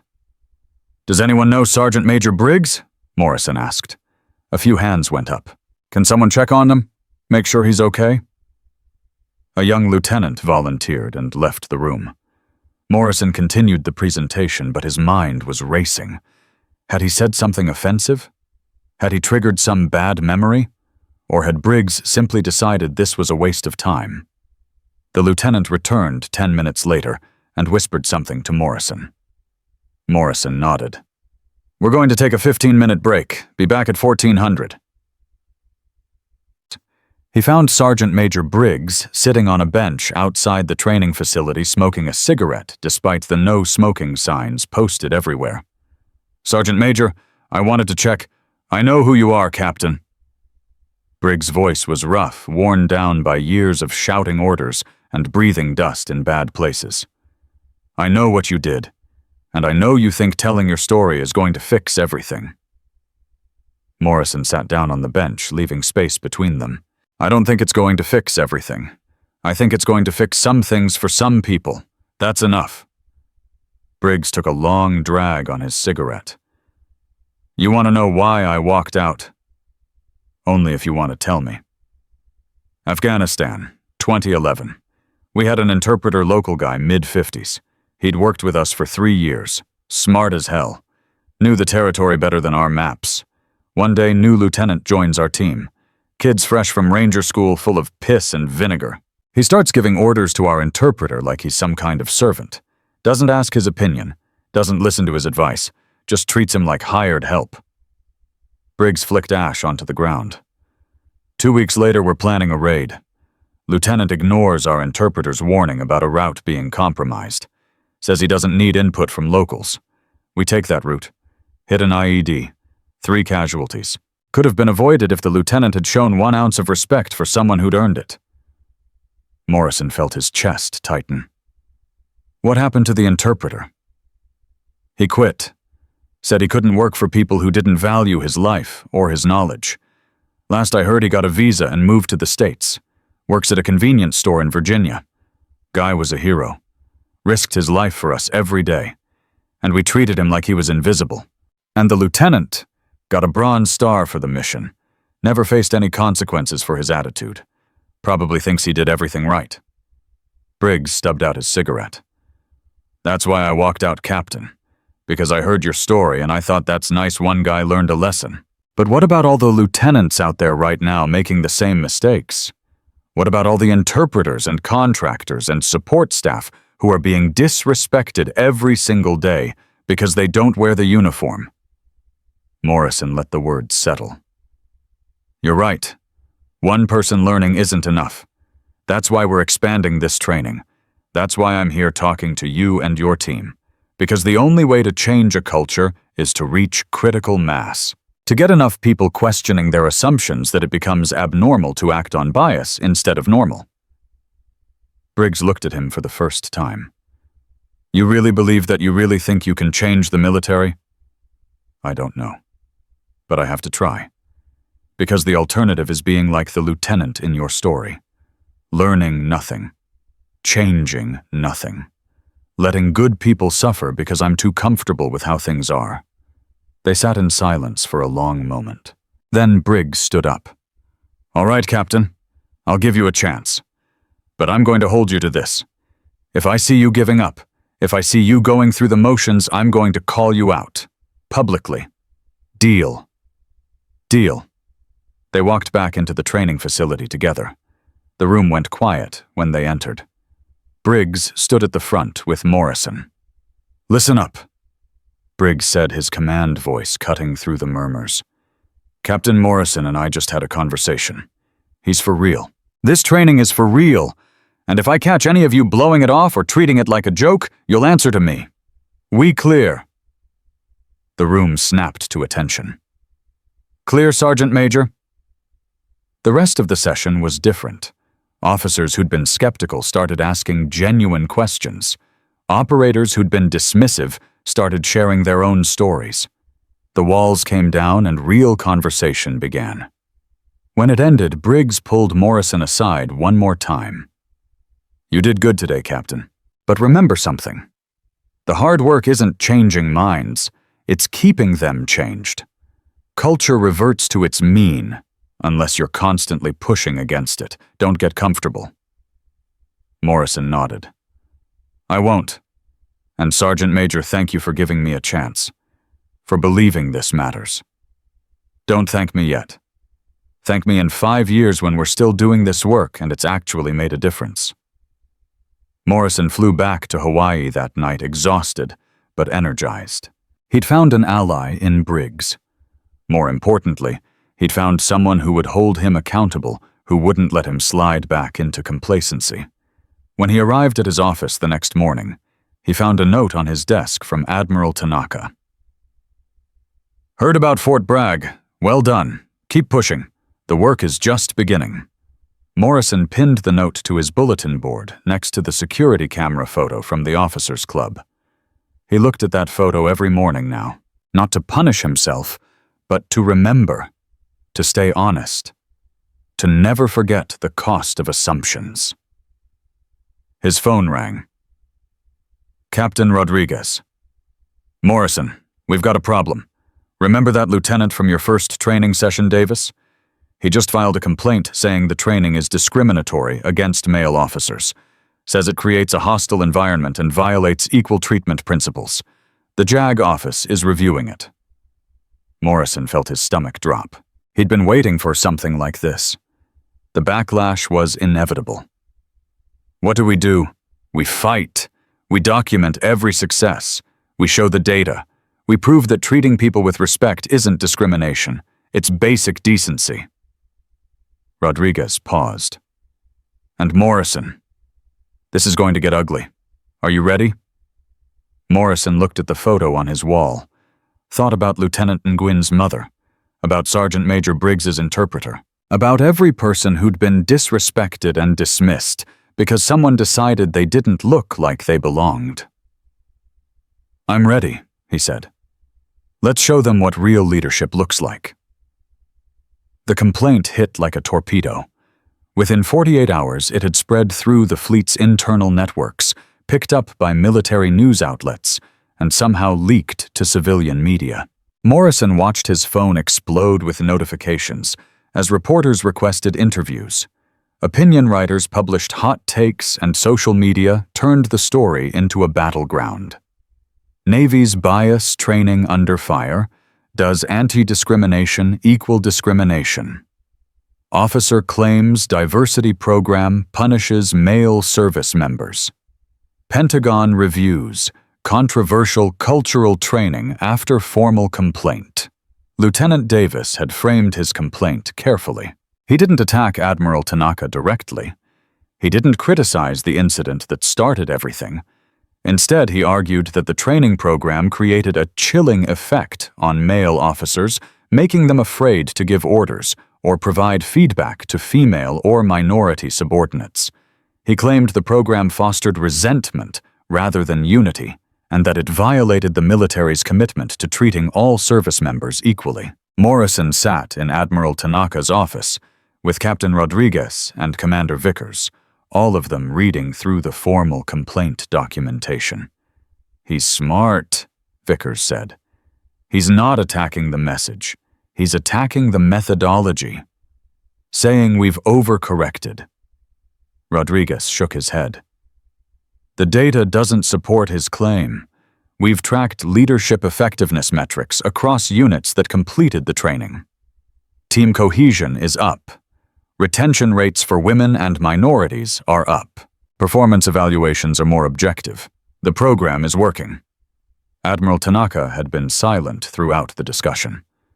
Now she looked up from the documents, her expression unreadable. "Captain Morrison, what's your assessment?" Morrison had been dreading this question.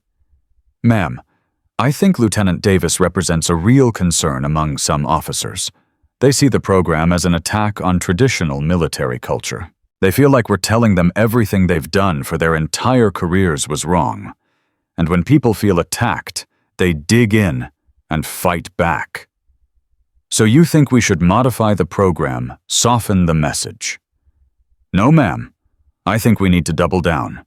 But we also need to address the fear directly. Show officers that we're not trying to destroy military culture. We're trying to perfect it." Admiral Tanaka leaned back in her chair. "How?" Morrison had been thinking about this since the moment Rodriguez called. "We expand the training to include a module on leadership under scrutiny. We acknowledge that some officers will feel uncomfortable. We validate that discomfort while explaining why it's necessary. And we bring in officers like Lieutenant Davis to participate in the design process. Make them stakeholders instead of opponents." Vickers frowned. "You want to give our critics a seat at the table?" "I want to show them we're not afraid of their criticism, that we welcome good faith challenges because they make the program stronger." Morrison looked at Admiral Tanaka. "The complaint says we're creating division. Let's prove we're building bridges." Admiral Tanaka was quiet for a long moment. Then she nodded slowly. "Set up a meeting with Lieutenant Davis. You'll lead it, Captain Morrison, and you'll treat him with the same respect you wish he'd shown when he filed this complaint. Understood?" "Yes, ma'am." The meeting was scheduled for 3 days later. Morrison spent every waking hour preparing anticipating arguments, refining responses. Shark helped him practice playing the role of hostile critic. "You're brainwashing officers into being afraid of their own instincts," Shark said, channeling Davis's complaint. "You're making them second-guess every decision, every interaction. That's dangerous in a combat environment." Morrison took a breath. "We're not attacking instincts. We're refining judgment. A pilot's instinct to pull up when they hear a warning alarm is good. But if that instinct is based on faulty instrument training, it can kill them. The same principle applies here. If your instinct to distrust someone is based on their appearance rather than their actions, that's faulty training. We're recalibrating." Shark broke character. "That's good. Use that." When Morrison walked into the conference room to meet Lieutenant Davis, he expected hostility. Instead, he found a young officer who looked exhausted and defensive, flanked by 2 JAG lawyers who looked ready for war. "Lieutenant Davis, thank you for agreeing to meet." Davis didn't extend his hand. "Captain Morrison, I'm here because my lawyers advised me to participate in good faith dispute resolution, but I want to be clear I'm not dropping my complaint. I'm not asking you to. I'm asking you to help me understand it." Morrison sat down across from him. Your complaint says the training creates a hostile environment for male officers. Can you give me specific examples? Davis glanced at his lawyers, who nodded. During one of your sessions, you told a story about assuming a woman was a secretary when she was actually a captain. You said, and I'm quoting from your transcript, "I made the same mistake every male officer in this room has made." That's an accusation, Captain. You're telling men they're all guilty of bias. Morrison nodded. I hear you. And you're right that language was too broad. Not every male officer makes those assumptions. But the question is, does pointing out a pattern of behavior constitute hostility, or does it constitute education? It constitutes prejudice. You're stereotyping male officers the same way you claim they stereotype others. Fair point. Morrison leaned forward. So how would you phrase it? How would you communicate that unconscious bias exists and affects decision-making without making anyone feel attacked? Davis blinked. He clearly hadn't expected the question. I don't know. I'm not a trainer. But you're an officer who felt attacked. That makes you an expert on what doesn't work. So help me fix it. Tell me what language would have reached you without alienating you. One of the lawyers interrupted. Captain Morrison, this isn't a negotiation. My client has filed a formal complaint under military equal treatment regulations. Your personal feelings about the training program are irrelevant to the legal questions at hand. Morrison kept his eyes on Davis. Lieutenant, do you believe bias exists in the military? Not as an accusation, just as a fact. Davis was quiet for a moment. I believe some people are biased. I don't believe the entire military is systemically biased. Neither do I. But I do believe bias is human. It's how our brains work. We categorize, we make shortcuts, we rely on pattern recognition because it's efficient. The problem is when those shortcuts hurt people, when they cause us to overlook talent, dismiss competence, or treat service members as less than based on characteristics that have nothing to do with their ability to serve. But your training implies that male officers are the problem. No, my training implies that I was the problem, and that anyone regardless of gender or rank or background can fall into the same trap I did if they're not careful. Morrison paused. I know this training makes some people uncomfortable. Hell, it makes me uncomfortable every time I deliver it. But discomfort isn't the same as discrimination. Sometimes discomfort is the price of growth. Davis looked down at his hands. When he spoke again, his voice was quieter. I had a female subordinate last year. She was a good officer, competent professional. But she filed a complaint against me saying I was micromanaging her more than her male peers. I didn't think I was. I was just trying to mentor her to make sure she succeeded. But after your training, I started questioning myself. Was I treating her differently because she was a woman? Was I being patronizing without realizing it? And that doubt, it paralyzed me. I stopped giving her any feedback at all because I was afraid of being accused of bias. Morrison felt something click into place. This wasn't about hostility to the program. This was about fear of getting it wrong. What happened with that officer? She's thriving, got promoted, but not because of me, because I backed off completely. Davis looked up. That's what your training did, Captain. It didn't make me less biased. It just made me afraid to lead. Morrison took a breath. Then I failed you, Lieutenant. Because that's not the goal. The goal isn't to make officers afraid to lead. It's to make them confident enough in their self-awareness that they can lead anyone regardless of whether that person looks like them or not. He leaned forward. Here's what I should have taught you. Yes, examine your behavior. Yes, question your assumptions, but also trust your intentions. If you're mentoring someone because you genuinely want them to succeed, that's good leadership. The key is making sure you're offering that same mentorship to everyone who needs it, not just people who remind you of yourself. And when someone tells you you're being patronizing, listen, adjust. Don't shut down completely. Davis was quiet for a long moment. Why didn't you say that in the training? Because I'm still learning how to teach this. Because I've been so focused on exposing the problem that I haven't spent enough time on the solution. Because I'm human and I'm imperfect and I'm doing my best with a complex issue that doesn't have easy answers. One of the lawyers started to object, but Davis held up his hand. I want to hear this. Morrison continued. Your complaint says the training is discriminatory. I disagree. But I accept that it's incomplete. So here's what I'm proposing. You withdraw the complaint and join the training development team. You help us build the module on confident leadership in a diverse environment. You bring the perspective of officers who feel like we're attacking them.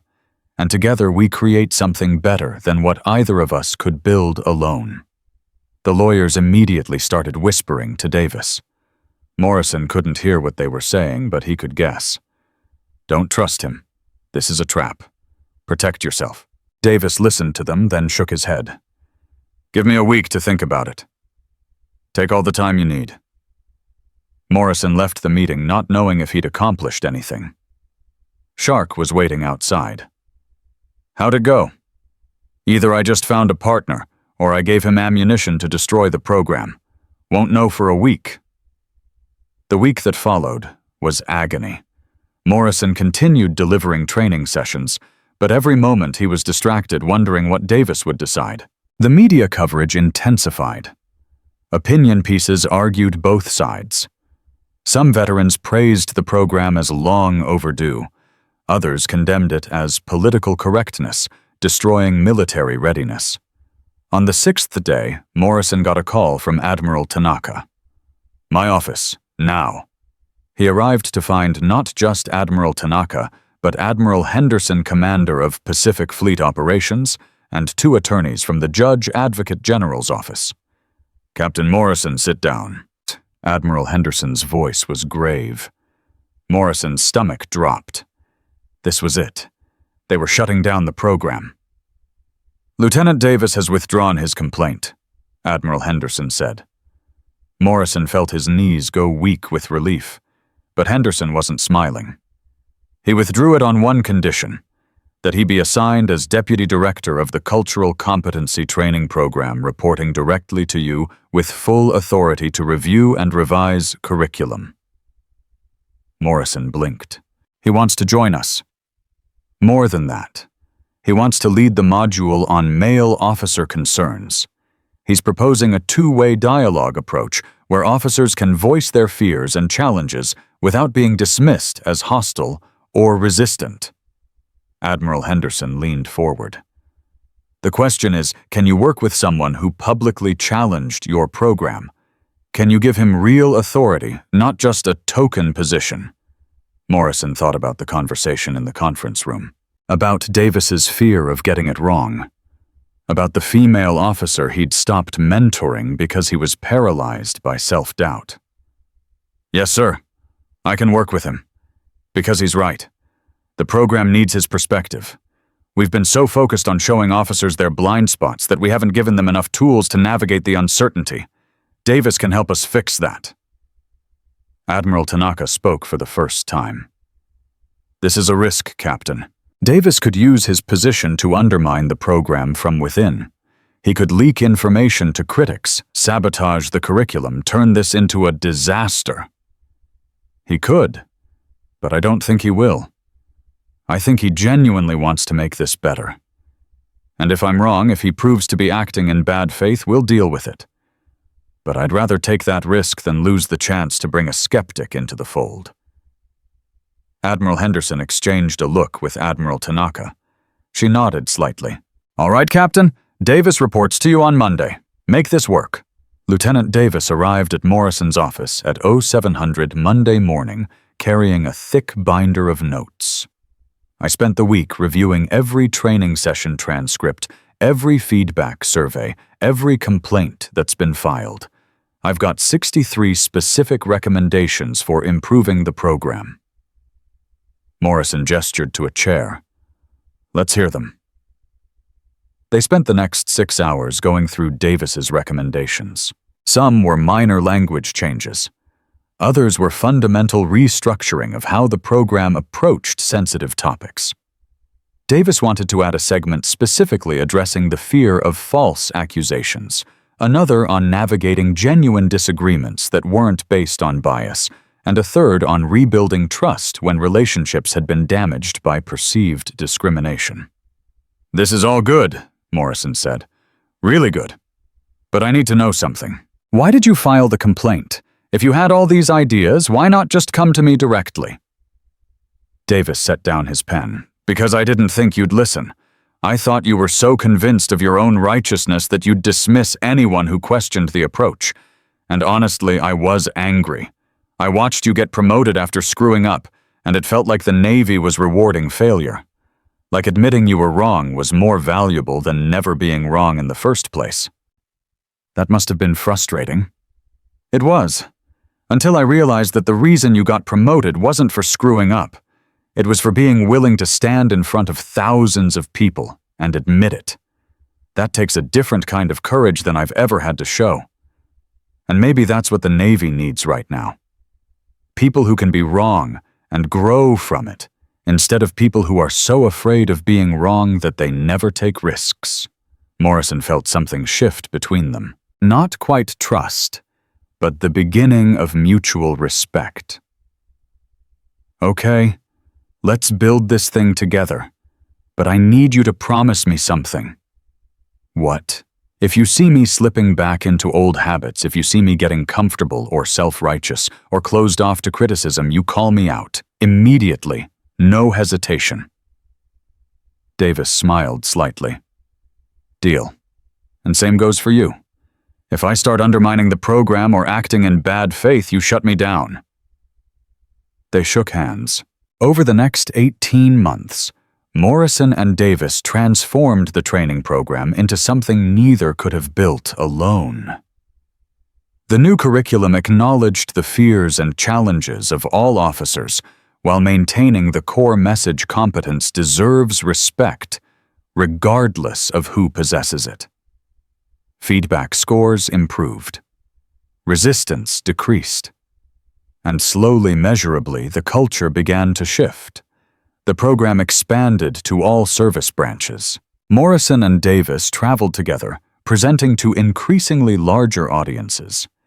They became known as an unlikely partnership: the officer who'd learned through failure and the officer who'd learned through resistance. Their joint presentations were more effective than either had been alone because they modeled the kind of constructive disagreement the military needed.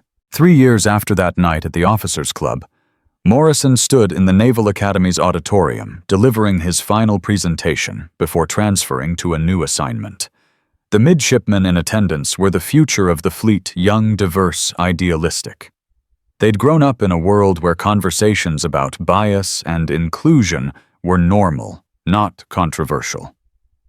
"My name is Captain Jake Morrison," he began and paused. The opening line felt different now, less like a confession and more like an introduction. 8 years ago, I made the worst mistake of my career. I grabbed a 4-star admiral because I couldn't see past my own assumptions. Today, I stand here not as a cautionary tale, but as proof that growth is possible. That the military doesn't just tolerate people who admit their mistakes, it elevates them. Because the ability to learn to change, to become better than you were, that's the most important skill any officer can possess. A told the story one more time. But this time, he also told the story of what came after. Lieutenant Davis's challenge, Sergeant Major Briggs's skepticism, Lieutenant Nguyen's mother's quiet dignity. All the people who'd shaped the program, and in doing so, had shaped him. When he finished, a midshipman raised her hand. "Sir, do you ever regret what happened that night? Do you wish you could go back and change it?" Morrison thought about the question carefully. "I regret the pain I caused Admiral Tanaka. I regret the example I set for junior officers. But do I wish it never happened? No. Because that mistake taught me something I could never have learned any other way. It taught me humility. It taught me to question my assumptions. And it taught me that the most powerful thing you can do as a leader is admit when you're wrong and work like hell to do better." The midshipman nodded, satisfied. After the presentation, Morrison packed up his materials and walked out of the auditorium for the last time. His new assignment was at the Pentagon, working on DoD-wide inclusion policy. Davis would be taking over the Pacific Fleet program, continuing the work they'd started together. Outside, Admiral Tanaka was waiting. She was in civilian clothes now she'd retired 6 months earlier after 35 years of service. But she'd made a point to attend Morrison's final presentation. "Walk with me, Captain." They walked along the waterfront in silence for a few minutes. Finally, Admiral Tanaka spoke. "I've been thinking about that night a lot lately. About what would have happened if I'd reacted differently. If I'd had you court-martialed, if I'd made an example of you the way Captain Brennan should have been made an example of all those years ago." Morrison didn't know what to say. "I would have gotten justice, but the fleet would have lost a teacher. Thousands of officers would never have heard your story. The culture wouldn't have started to change. And you would have been destroyed, which would have been fair, but wouldn't have been productive." She stopped walking and turned to face him. "I chose education over punishment because I believed you were worth saving. Was I right?" Morrison met her eyes. "I don't know if I was worth saving, ma'am, but I know I've worked every day since then to earn the second chance you gave me, and I'll keep working for the rest of my career to prove your faith wasn't misplaced." Admiral Tanaka smiled. "That's all anyone can ask, Captain. Keep doing the work. Keep telling the story. Keep pushing the culture forward. And when you see the next young officer making the same mistake you made, remember punishment is easy. Education is hard. But education is what changes the world." She walked away, leaving Morrison standing by the water, watching the sunset over the Naval Academy. In the distance, he could see midshipmen in formation, the future fleet preparing for the challenges ahead. Some of them would be brilliant. Some would struggle. All of them would make mistakes. But maybe, just maybe, fewer of them would make his mistake. Fewer of them would look at competence and see only stereotypes. Fewer of them would let bias blind them to talent. That was the legacy Morrison wanted to leave, not as the officer who grabbed an admiral, but as the officer who learned from it and taught others to do better. Not as a cautionary tale, but as proof that growth was possible. That change was achievable, that the military could be better than its past because officers were willing to be better than they'd been. Morrison pulled out his phone and sent a text to Davis. "It's your program now. Don't screw it up." The response came immediately. "I'll try not to, but if I do, I know who to call." Morrison smiled and turned away from the water. He had a plane to catch, a new assignment to start, and a career to continue. The work wasn't finished. It would never be finished. Culture wasn't changed in a moment or a year or even a decade. It was changed through constant effort, constant vigilance, constant willingness to examine yourself and ask the hard questions. He thought about that security camera photo one more time, the image that had defined 3 years of his life, the moment of failure that became a moment of purpose. In the end, strength wasn't about never making mistakes. It was about what you did after the mistake, how you owned it, how you learned from it, how you used it to become something better than you'd been. Admiral Tanaka had taught him that lesson without ever raising her voice, without ever seeking revenge, without ever letting anger replace wisdom. She'd shown him that true power wasn't loud or aggressive or dominating. True power was quiet, deliberate, and rooted in absolute confidence in your own competence. And Morrison, who'd once thought he knew what strength looked like, had finally learned what it actually meant. The courage to be wrong, the humility to admit it, and the character to ensure others never had to learn the same lesson the hard way. That was the legacy worth leaving. Not perfection, but growth. Not dominance, but service.